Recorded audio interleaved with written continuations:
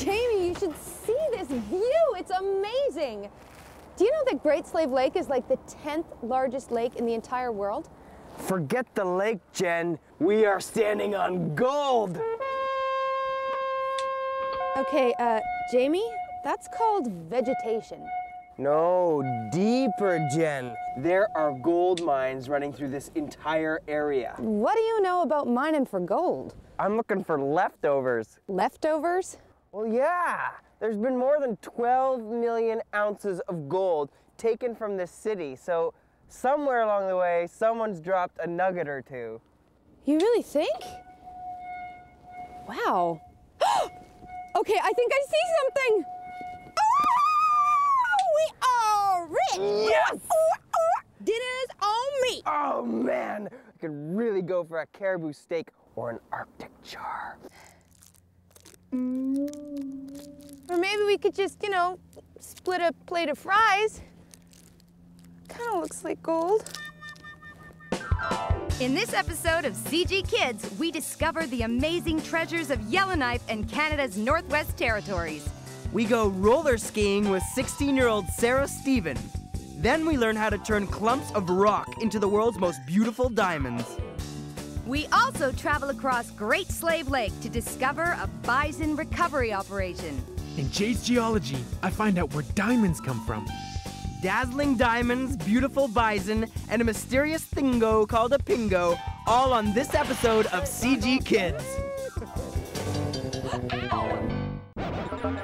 Geographic Kids.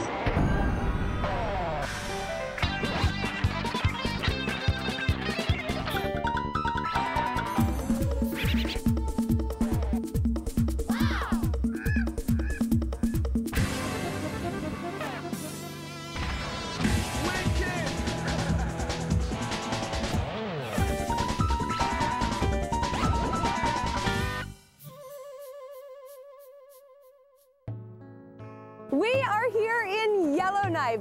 With around 17,000 people, it's the biggest city in the Northwest Territories.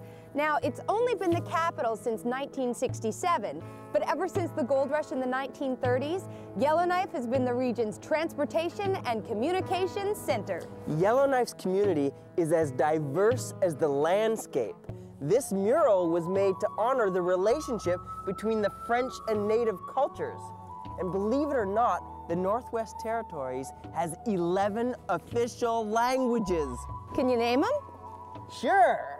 Cree, South Slavey, Chippewan, North Slavey, English, French, Jay. Jay? I don't think that's a language, Jay Meow.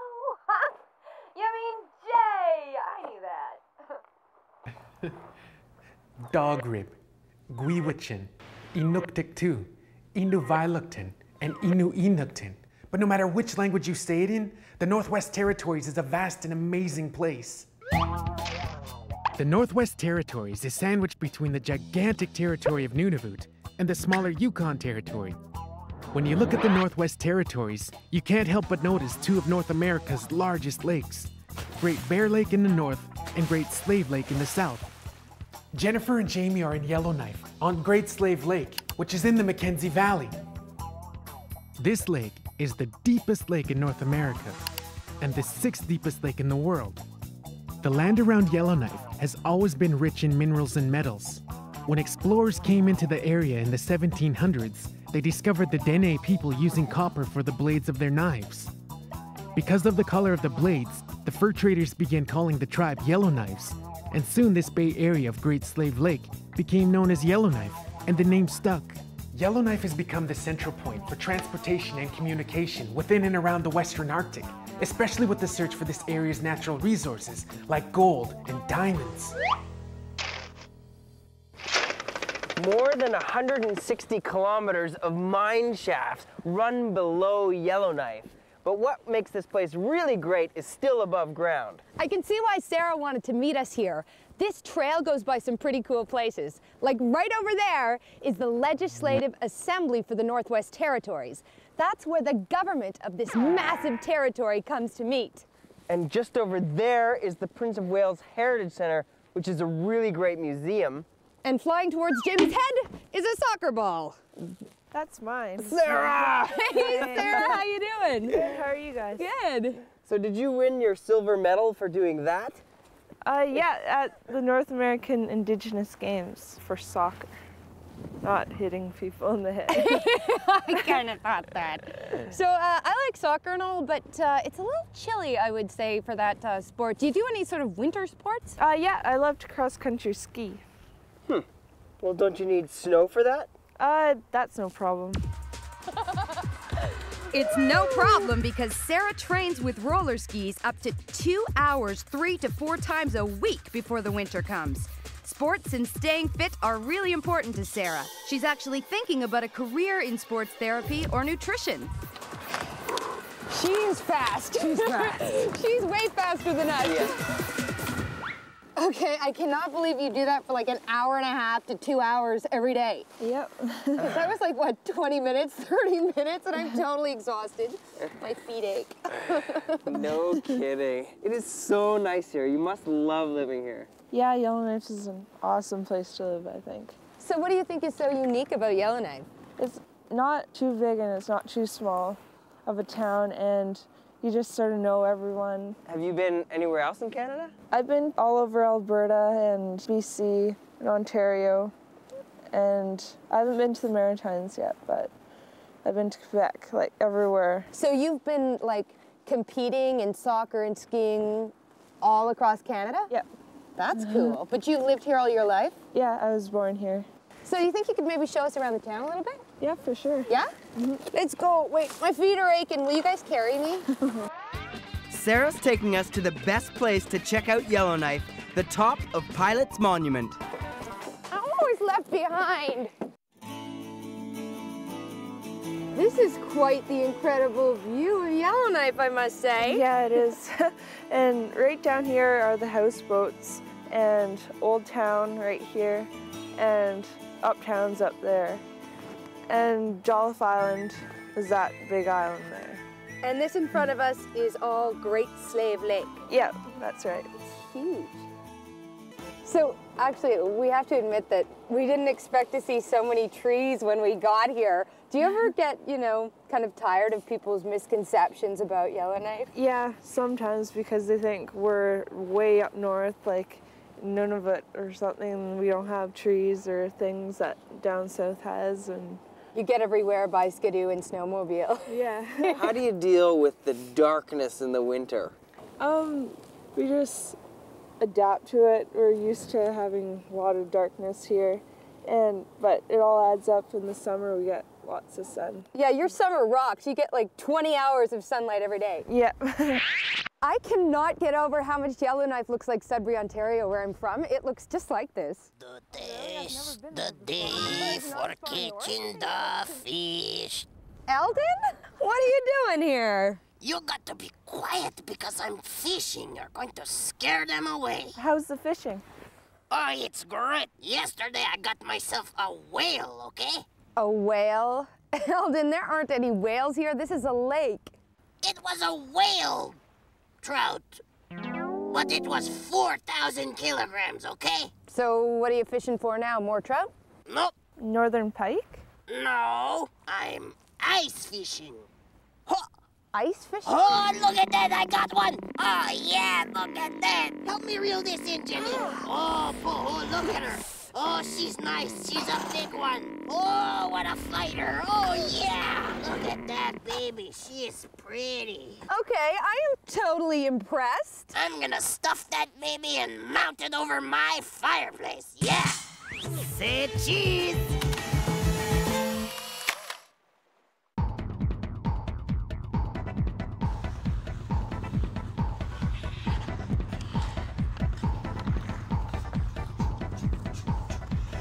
Hey guys, it's geography time. And the question is, what is a pingo?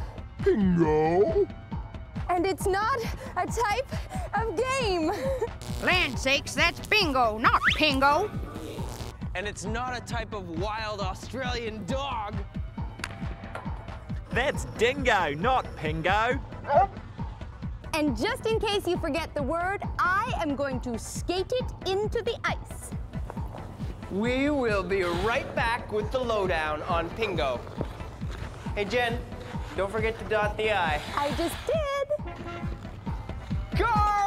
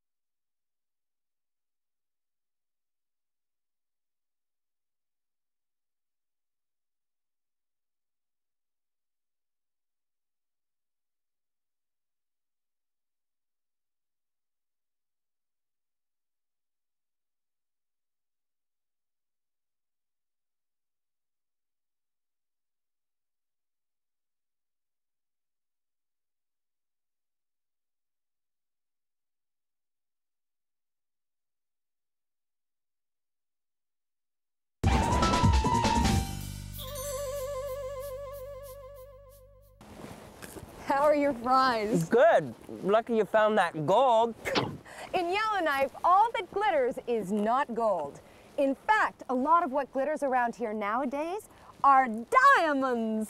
The first diamonds were discovered to the north and to the east of Yellowknife in 1991. And we are heading to the Sirius Diamond Processing Plant to learn how diamonds go from being little pebbles like this to beautiful, glimmering diamonds like this. This diamond is clearly a fake. I know.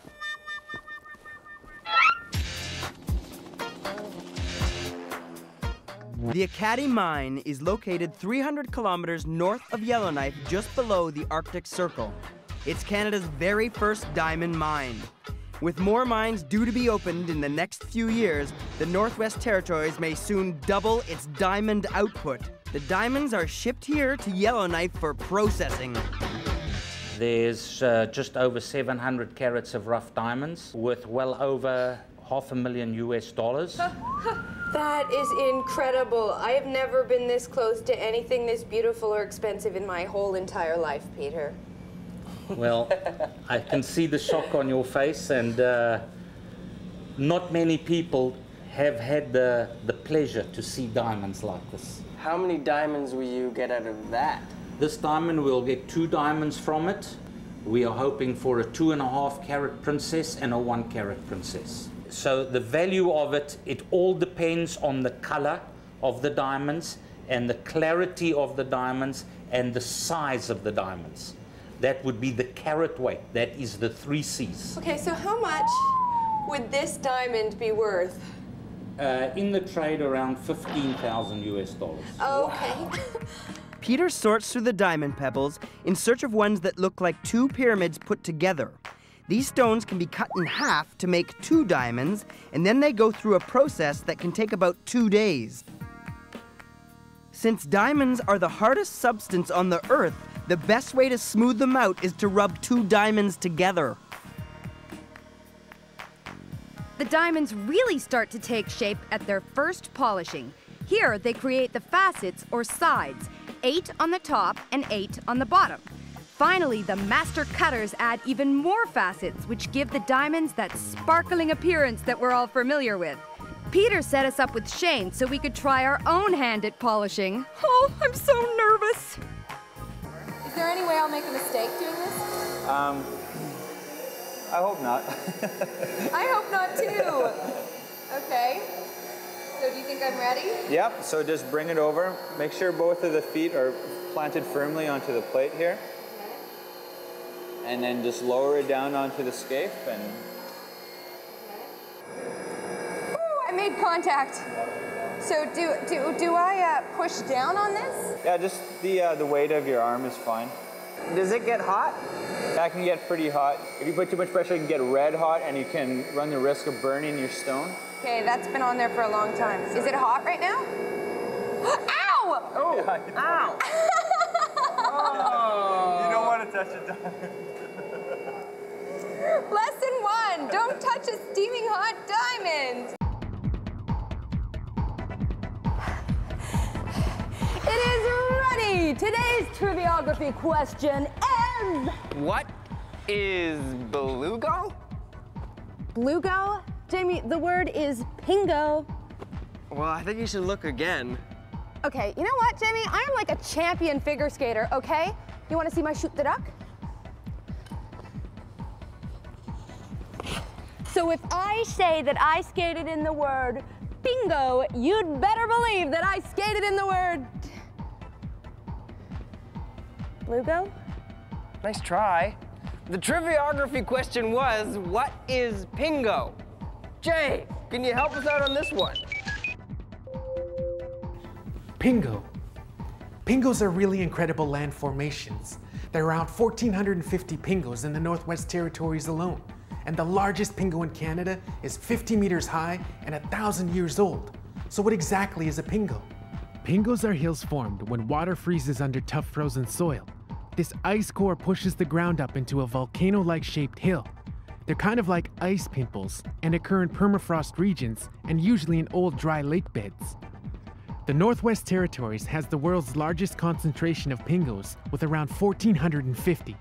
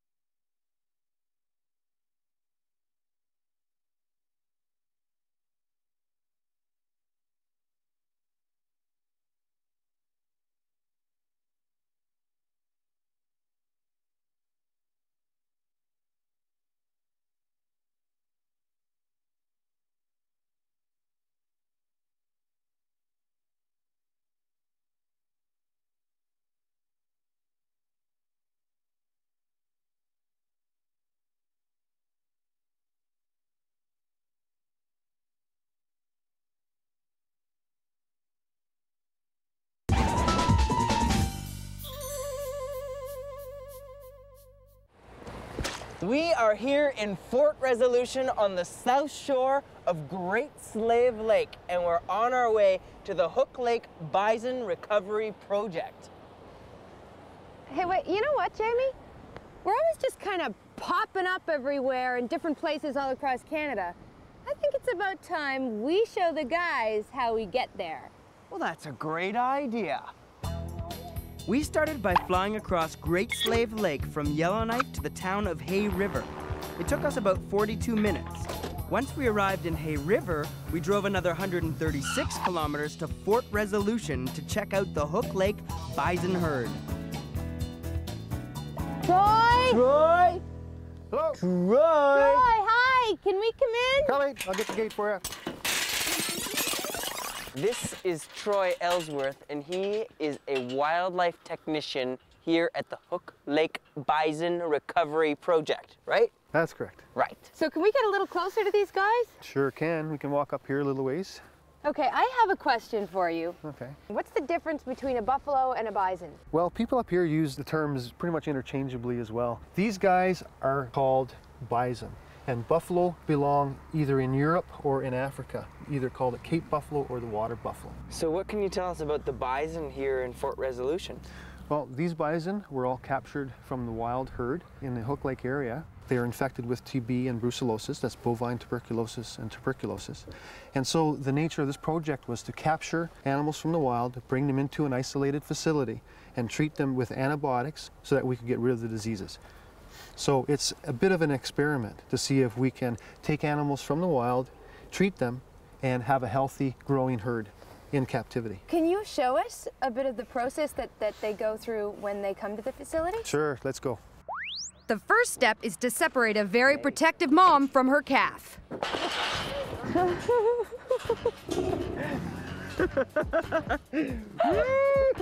Don't get too close. Very scary. Troy is so brave. Whoa. Okay, come with me. Here, I'll give you a flag. What's the flag gonna do? Believe it or not, the orange flag is supposed to protect us if Mom should decide to turn back towards us. Whatever. Okay, Dallas, open that. Oh, they're going in. With the gates securely closed behind them, Mom and her calf could be separated and safely processed. For Mom, it's just a matter of securing her in the pen, getting a blindfold on her, and quickly drawing some blood to test and make sure she's disease-free. But more awaits her calf. We get all our hay from northern Alberta, and the soils north of Calgary are deficient in vitamin E, so we're going to give all our calves a shot, a supplemental shot of vitamin E. And that's done. What we're going to do now is collect some hair samples, and we want the root follicles, and the root follicles contain DNA. So that's a backup sample so that we can find out who the dad is. Why do you want to know who the dad is? So we want to know who the dad is so that when this female calf becomes 2 years old and she can have her own calf, we do not want her bred by her dad. So she's going to jump a little bit when we tag her here. Okay, so hold tight. So why do you tag them? Well, it's just nice to know who is who out in the field when you're watching them. If one has an injury that's not very obvious and you're trying to describe it to somebody, they can see the number and go, yes, that's definitely the animal that has the problem. A little bit of pressure. Ready, guys? Yep.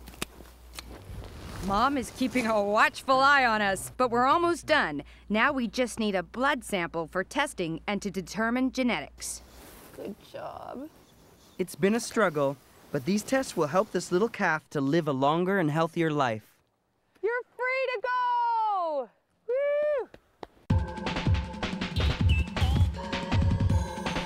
Woo! Wow, there are millions of stars up there.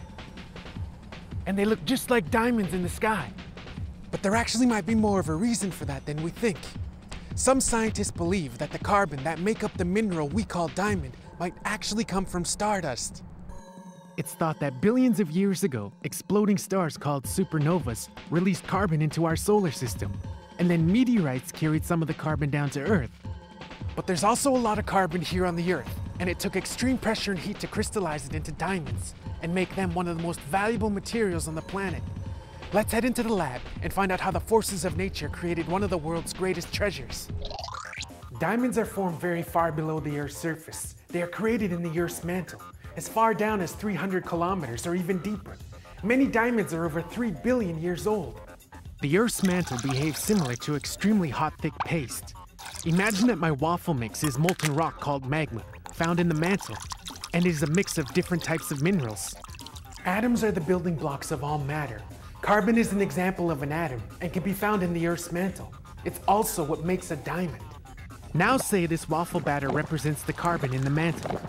When the carbon is exposed to extreme heat, around 1,000 degrees Celsius, and extreme pressure, this compacts and squeezes its atoms to form tighter bonds. The result is a diamond, although in my case, it's an overcooked waffle.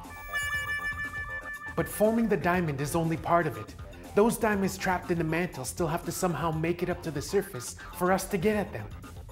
Pretend these raisins are diamonds, and this soda water is a special kind of magma called kimberlite that comes from very deep in the mantle. This kimberlite picks up the diamonds and brings them up through the cracks in the Earth's crust, traveling at incredible speeds. As it gets closer to the surface, gases escape and cause explosive reactions, like volcanoes. But this kimberlite hardens with the diamonds into carrot-shaped cavities waiting to be mined. The really cool thing about a diamond is that it's the hardest material known to us. Pencils are made of graphite. Graphite and diamonds are both made from carbon, but the bonds that join the atoms in graphite are much weaker than those in a diamond. In fact, graphite is one of the softest minerals on the Earth. Maybe I can sell my diamonds and buy more pencils.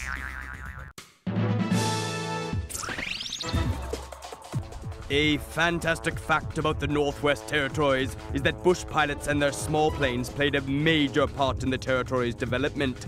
These daring pilots helped survey and discover Canada's north, starting with the first aerial surveys in the early 1900s.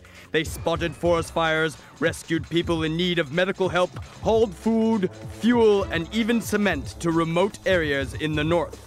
They landed on water or flat areas of land. A lot of communities still rely on bush pilots, and they are revered as heroes in northern Canada's history.